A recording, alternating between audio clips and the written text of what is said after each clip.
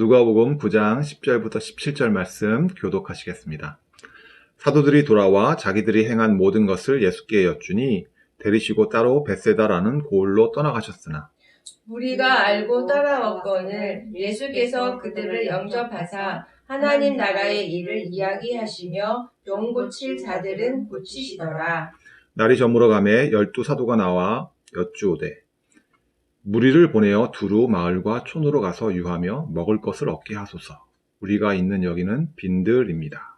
예수께서 이르시되 너희가 먹을 것을 주라 하시니 여짜오되 우리에게 떡 5개와 물고기 2마리밖에 없으니 이 모든 사람을 위하여 먹을 것을 사지 아니하고서는 할 수 없사옵나이다 하니 이는 남자가 한 5,000명 되밀어라.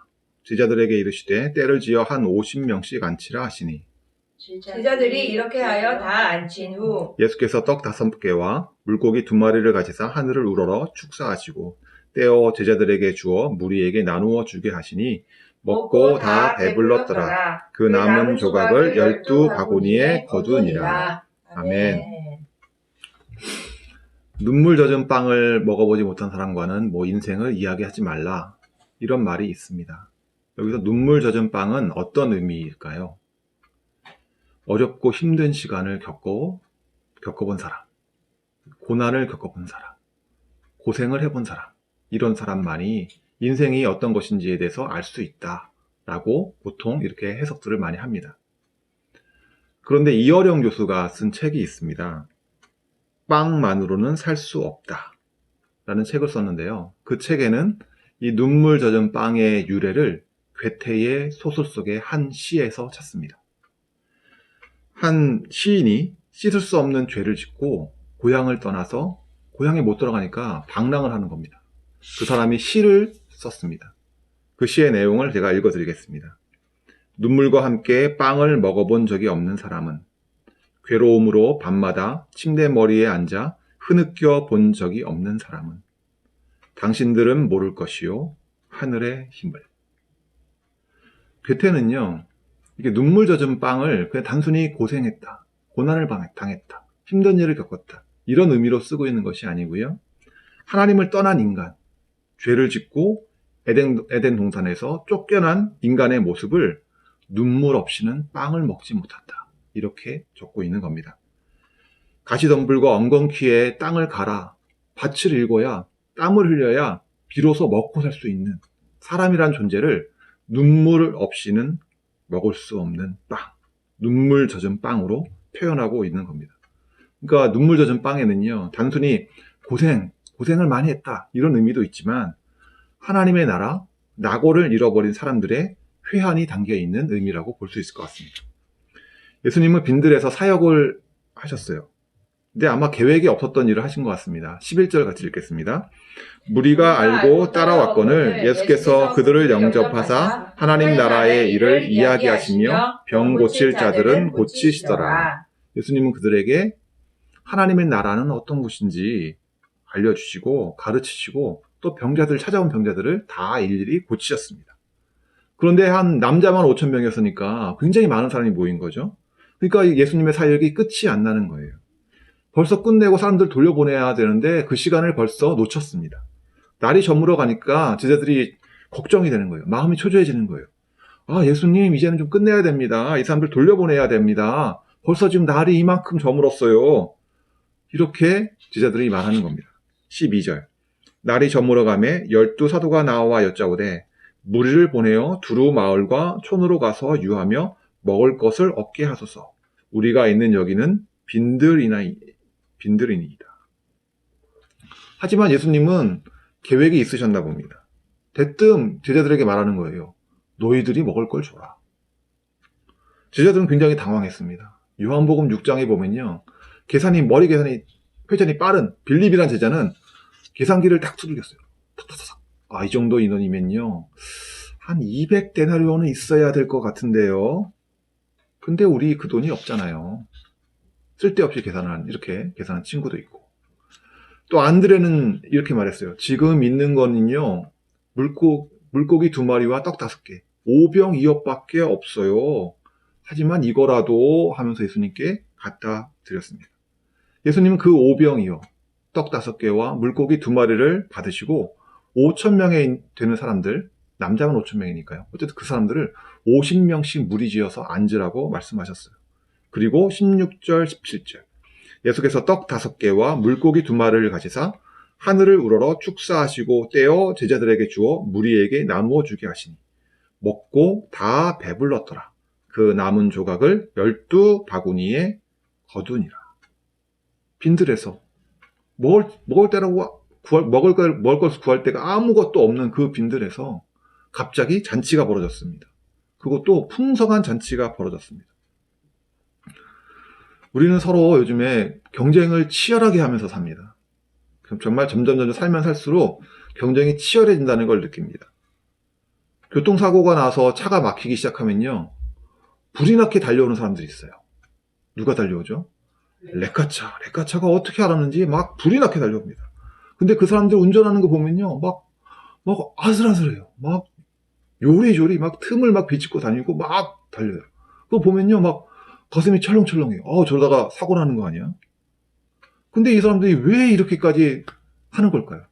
무리해 가면서 막 운전해 가서 어떻게든지 빨리 가려고 이렇게 노력하는 걸까요?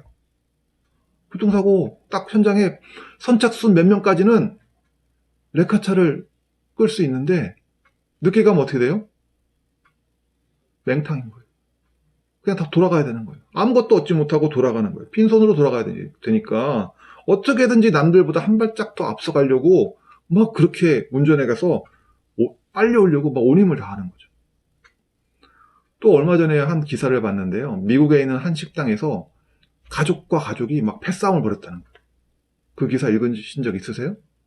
그 기사에 따르면요, 그 식당이 뷔페 식당이었대요. 근데 그날 스테이크가 좀 모자랐나 봐요. 그러니까 스테이크를 굽는데 사람들이 줄을 많이 서 있었어요. 근데 한 가족이 새치기해서 스테이크를 가져간 거예요. 그걸 보고 기다리던 사람들이 막 시비가 붙고 그 중에 한 명이 싸움이 붙고 그러고 나서 어떻게 돼요? 가족과 가족이 막 패싸움을 벌인 거예요. 이것이 우리 사는 모습이에요. 갈등이 끊이질 않습니다. 자원이 넉넉하면 그런 일이 없죠. 근데 자원이 부족하고요. 땅이 부족하고요. 그러니까 어떻게 돼요? 서로 좋은 자리 차지하려고, 서로 좋은 거 가지려고 경쟁하면서 살아가는 거예요. 그래서 이 경쟁에서 이겨야 살아갈 수 있는 거죠. 내가 필요한 거, 내 빵, 어떻게 얻어요? 경쟁해서 내가 남들이 이겨야 한 발짝 먼저 가야 내 빵을 차지할 수 있는 거죠. 이게 바로 하나님이 원하시는 세상은 아닐 겁니다. 하나님이 원하시는 세상은 이런 세상이 아니었죠. 하나님 창조하신 세상은 뭐라고 했어요? 하나님이 보시기에 참 좋았더라. 그 세상이 이런 세상은 아니었죠. 죄로 인해서 하나님의 낙원을 떠난 우리의 모습은 이렇게 살 수밖에 없는 거예요. 눈물 젖은 빵을 먹을 수밖에 없는 거죠. 그런데 예수님께서는 빈들에서 하나님 나라가 어떤 곳인지 하나님 나라를 보여주시고 체험토록 해주시는 거예요. 하나님 나라에는 부족한 것이 없어요. 넉넉해요. 풍성해요. 그 풍요로운 낙원을 빈들에서 오병이어의 기적을 통해서 예수님은 보여주고 계신 거예요. 오병이어, 떡 5개, 물고기 2마리. 많은 양이 아니죠. 한 가족이 겨우 그걸로 한 끼 먹을 수 있으려나? 그 정도는 작은 양이었어요. 하지만 그 오병이어 가지고 5,000명, 10,000명, 20,000명을 예수님은 먹이셨어요. 배불리 먹이셨어요. 그리고 12광주리가 남았다. 12바구니가 남았다. 배불리 먹고도 남을 만큼 풍성한 잔치를 벌이신 거예요. 이 하나님의 나라의 잔치는 2가지 특징이 있습니다. 2가지요. 첫 번째는요, 아까 그 뷔페 식당에서처럼 서로 경쟁하지 않아요. 서로 양보합니다. 먼저 드세요. 더 드세요. 왜요? 풍성하니까, 많으니까, 음식이 모자라지 않으니까. 평소에 우리 모습은 어떤가요? 손에 움켜줘야 돼요. 내가 이렇게 내 거야 하고 손에 쥐고 있어야 안심이 돼요.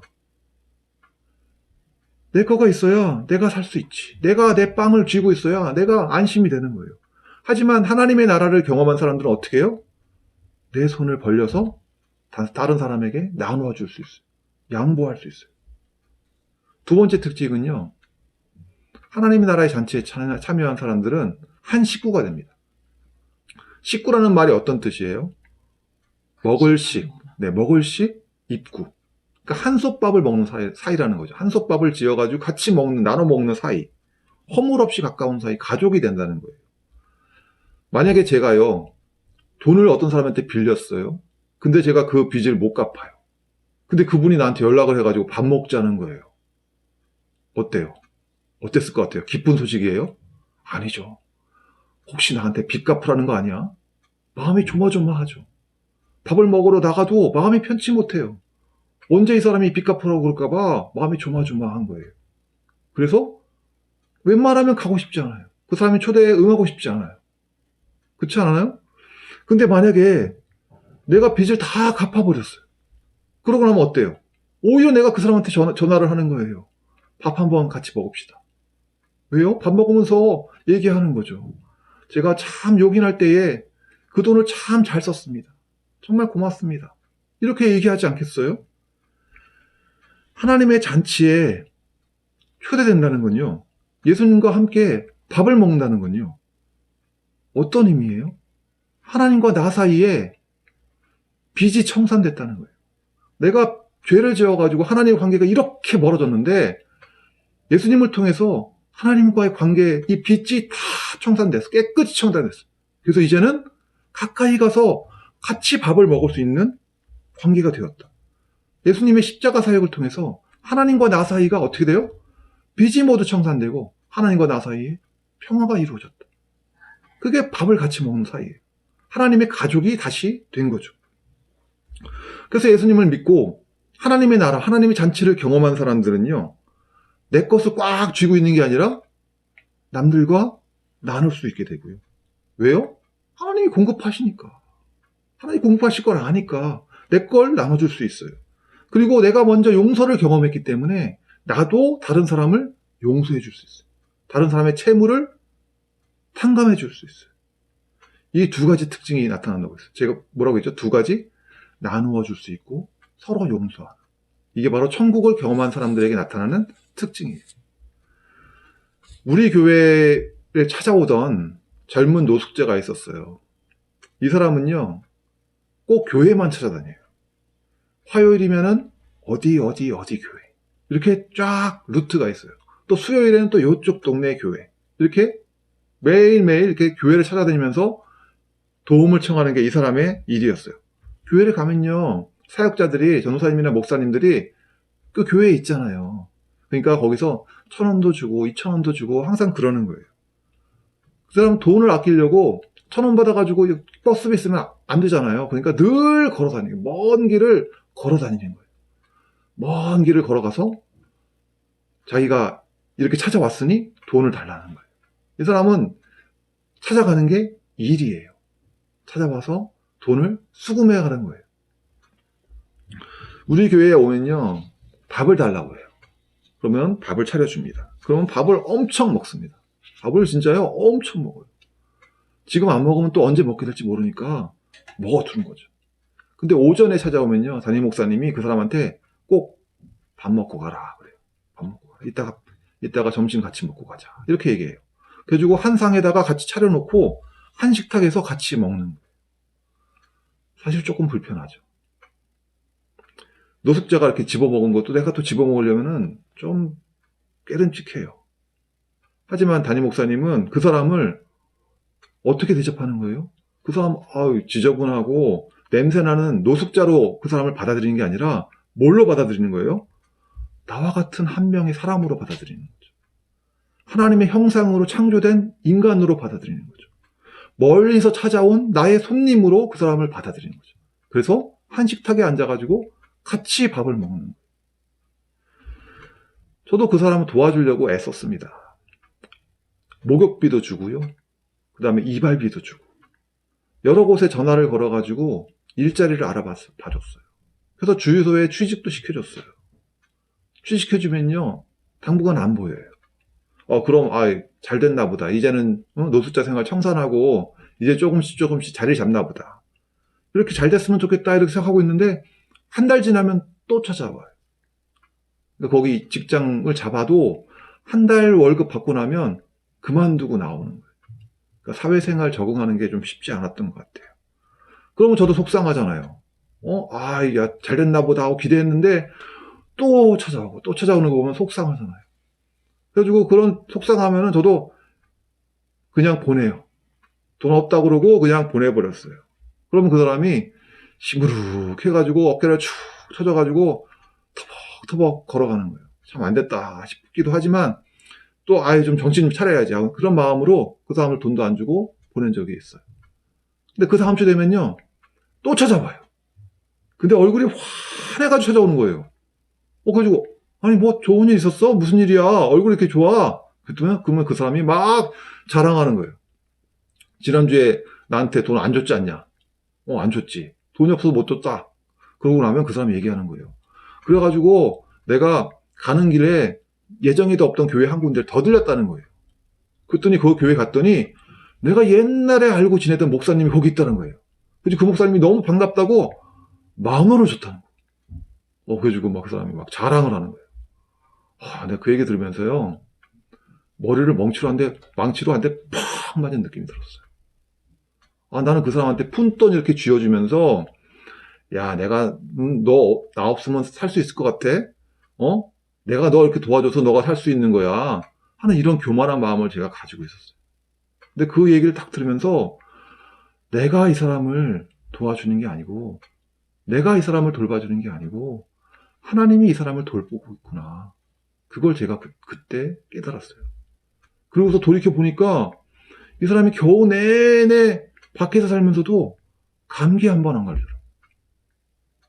마태복음 6장 28절부터 30절 말씀 같이 보겠습니다. 제가 읽어드릴게요. 또 너희가 어찌 의복을 위하여 염려하느냐? 들의 백합화가 어떻게 자라는지 생각하여 보라. 수고도 아니하고 길쌈도 아니하느니라. 그러나 내가 너희에게 말하노니 솔로몬의 모든 영광으로도 입은 것이 이 꽃 하나만 갖지 못하였느니라. 오늘 있다가 내일 아궁이에 던져지는 들풀도 하나님이 이렇게 입히시거늘 하물며 너희 일까 보냐. 믿음이 작은 자들아. 예수님이 이렇게 말씀하시는 거예요. 돌보신다. 하나님이 너희를 돌보신다. 하나님은 오병이어의 기적을 통해서 우리를 늘 돌보시는데 우리는 그거를 믿지 못하는 거예요. 100세 시대가 오고 일을 못하는 날이 오면 어떻게 살아야 되나? 노후가 늘 걱정되고 뭘 해서 먹고 살아야 되나? 수많은 걱정을 하면서 우리는 살고 있는 거죠. 제가 그 사람에게 어쩌다가 이렇게 노숙하게 됐냐, 노숙자가 됐냐 사연을 물어보고요. 과거를 물어봤어요. 가족이 있어? 가족이 있냐고 물어보면요. 누나가 한 명 있는데 그러고는 눈물을 글썽거리면서 말을 못해요. 자기가 큰 잘못을 저질러가지고 돌아갈 수 없다고. 가족에게 돌아갈 수 없다. 그래서 자기는 벌써 주민등록도 다 말소됐다. 그러니까 찾는 사람도 없다는 거죠. 저는 아니다. 응? 가족에게 찾아가서 용서를 빌어라. 응? 몇 번을 강권했지만 입을 굳게 다물고 눈물만 흘리더라고요. 참 안타깝죠. 바로 괴테의 소설에 나오는 그 눈물 젖은 빵을 이야기하던 그 시인의 모습, 방랑 시인의 모습이 바로 이 젊은 노숙자의 모습이었어요. 그리고 하나님의 나라를 잃어버려가지고 눈물 젖은 빵을 여전히 먹고 사는 우리의 모습이기도 합니다. 하지만 이 사람과 우리하고는 다른 점이 하나가 있어요. 우리가 아버지의 집에서 쫓겨나서 아버지의 집을 떠나서 눈물 젖은 빵을 먹으면서 베갯잎을 적시며 슬퍼하고 있을 때에 하나님이 우리를 그냥 내버려 두지 않으시고 우리를 직접 찾아오신 분이 계세요. 그분이 바로 예수님이죠. 예수님이 우리가 눈물 젖은 빵을 먹으며 있을 때에 우리를 직접 찾아오셔가지고 우리를 죄에서 구원해 주시고 아버지의 집으로 돌아가는 구원의 길이 직접 되어주신 거예요.